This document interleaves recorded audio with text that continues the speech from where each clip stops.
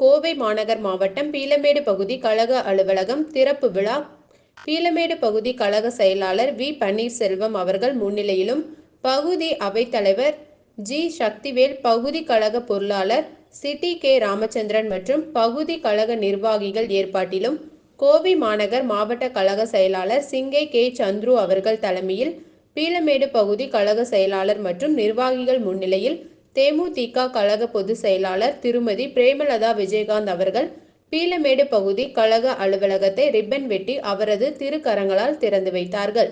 முன்னதாக பட்டாசு வெடித்து தேமுதிக கழக கொடியேற்றி மாற்று கட்சியில் இருந்து 100க்கும் மேற்பட்ட பெண்கள் கழக பொதுச் செயலாளர் முன்னிலையில் நமது கட்சியில் இணைந்து கொண்டனர்.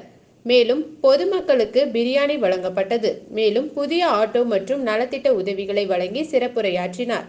இந்நிகழ்ச்சியில் மாநில நிர்வாகிகள், மாவட்ட கழக நிர்வாகிகள், பீளமேடு பகுதி கழக நிர்வாகிகள் மற்றும் வட்டக்கழக செயலாளர்கள், வட்டக்கழக நிர்வாகிகள், சார்பு அணி நிர்வாகிகள், மகளிர் அணியினர் மற்றும் ஏராளமான தேமுதிகவினர் கலந்து கொண்டனர்.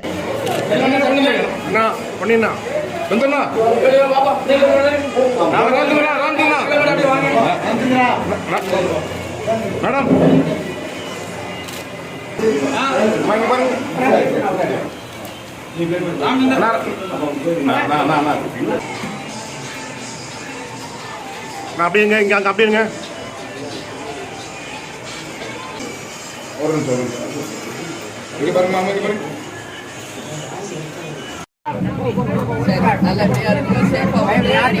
பல ஆட்டோக்கள் வாங்கணும். சரியா? வாழ்த்துக்கள். அங்க பாரு, பாருங்க, அங்க பாரு.